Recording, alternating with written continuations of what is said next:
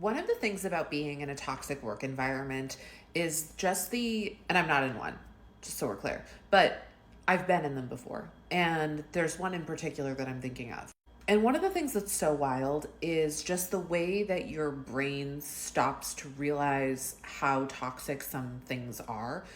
For example, I worked at this place and we would have these lunches with someone who was very high up. And I felt like they were a little bit of the how much do you like working here Hunger Games. Because first, I think the question was something like, why are you here? And people would basically have to state their case of like how passionate they were.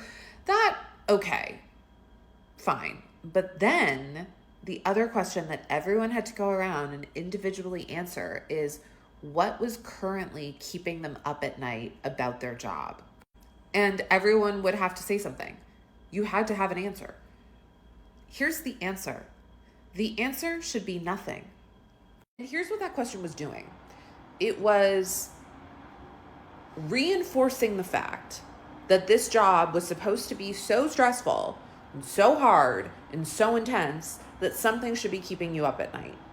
There was no reason for that job to be so hard or so stressful or so intense that things were keeping you up at night. Were things keeping everybody up at night? Yes, because it was like a toxic work environment. Anyway, I don't work there anymore. And what was keeping me up at night then? Actually, it wasn't keeping me up at night.